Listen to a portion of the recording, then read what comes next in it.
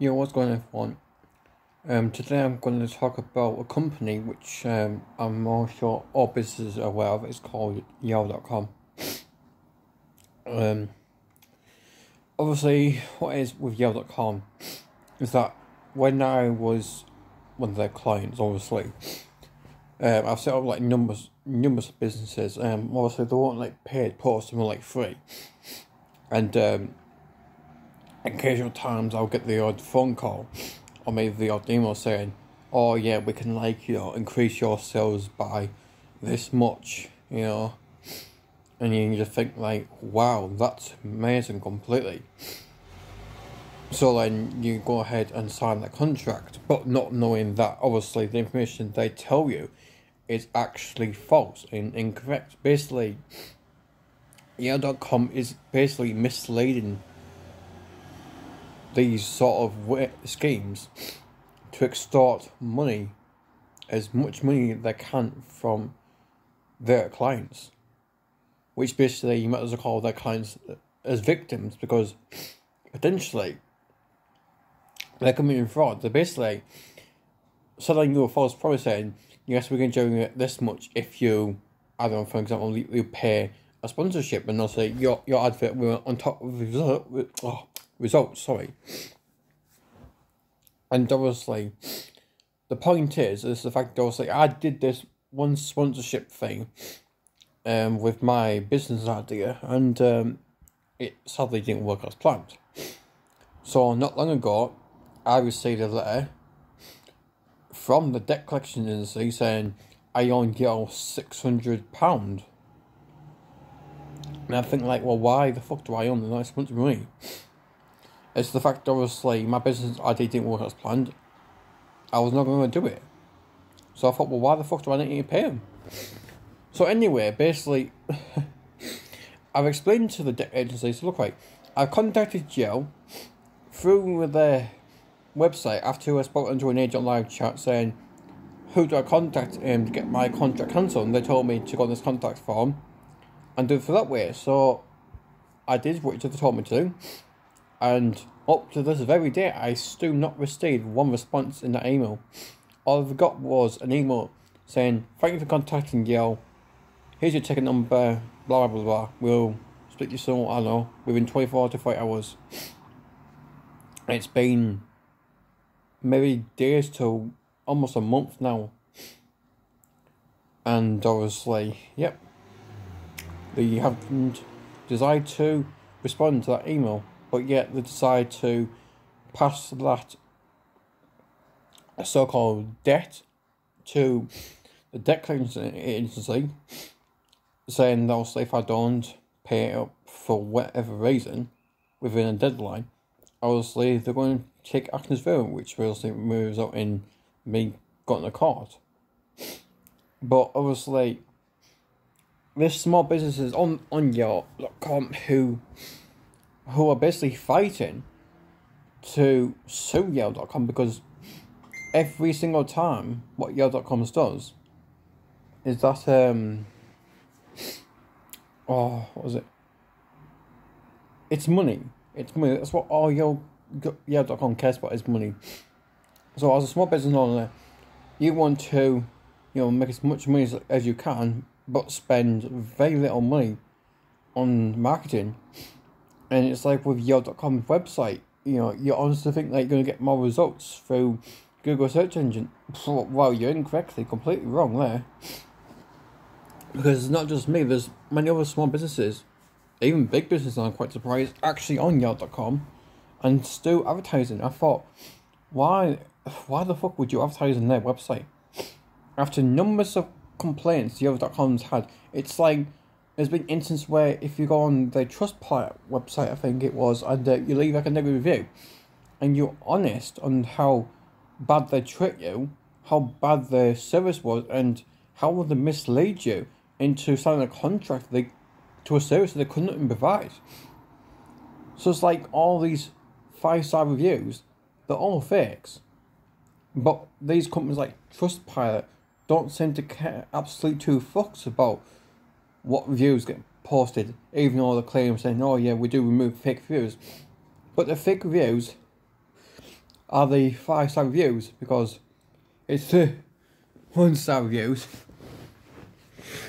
excuse me, that obviously have been honest, which excuse me, which obviously Yellow.com is trying to hide. It's basically like evidence. So this is why small businesses are trying to fight back with Yelp. Oh, sorry about this, I'm full of coffee. And to this day, Yelp.com, ever since the old pages on the hard book covers, which also I'm pretty sure you might have known back then, but also now I live in like a digital world, so everything's all based online. But realistically, Yelp.com's is full of fucking shite. You post a free ad, and then it won't take long for them to phone you whenever they feel like it and trying to persuade you into signing an agreement, because they got tactics to persuade you, saying we can give you this much, interest or sales or whatever you think or you need for this price. All you gotta just do is just say no and just end the call. Just say no, not interested, end the call. And if they keep on phoning you every so often, report them, harassment. That's all you gotta do, is like threaten them for harassment, because basically if you told them no, on that day they phoned you, you're not interested, and they continuously phone you, just report them. And obviously, they're eventually going to give up eventually, but also at times, occasional times, they do change their number, which is quite irritating. Occasional times they use those 03, 08 and 07 numbers, those are the premium numbers, but also it's not costing you, well, hopefully it shouldn't be. And obviously, there's been one instance, even though it's not related to this subject, 1,000 word, but it's like having a cold caller ring you and trying to sell you a service that you do not want or not interested in. So one person basically, he thought, fuck it, I've had enough. He changed his number into a premium number, where for every time they rang him, they were getting charged £10 a minute, and he made about £190 or £300 total from the amount of phone calls this cold caller made. So for any business out there, no matter how small or big you are, if you plan to advertise in Yelp, or if you do a survey and asking you to fill your information, especially your phone number, do not give them, please, God forbid, please do not give them your mobile number. If anything, give them a premium number that costs them money for them to ring you. That way, they're not wasting your time, because your time is being earned by them ringing you. So the more times of minutes they call you, you're generating money. And also, there's one particular company that I've actually joined, where my internet radio station is what I'm doing now. Mine's an 0871 number, which is also I'm using for businesses to advertise on my station if they need general information or they want to join. They ring that number, and obviously the cost is 13p per minute plus the access charge. But I'm upfront with how much it's going to cost them.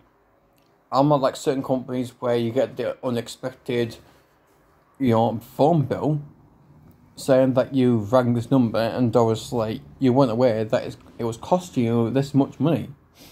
Obviously you're aware it's going to cost you access charge, but you didn't know, is it a few pence, is it £1, is it £1.50, is it £3.50? You don't know until you know on that day your phone bill gets produced. And it's what I did one time ago.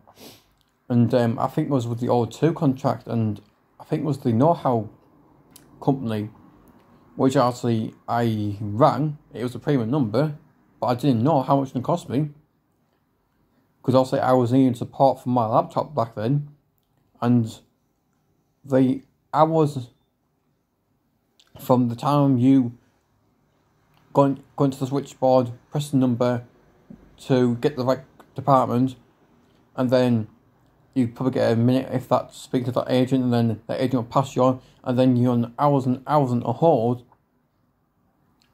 Because by doing that, the longer you're on hold, or the longer you're on that phone call, connecting them from your phone to theirs, they're basically making money out of you. So whatever you do, if you phone any company and it's going to be a premium number, please look for that and turn it away. Especially if you're a consumer who needs help and support, find an alternative number, find an email. It's completely free. Especially as a business, do exactly the same thing. Find an alternative way to get around it. Those small businesses do not want to fork out money for something that we desperately need, but for them to charge a stupid fake rate like that.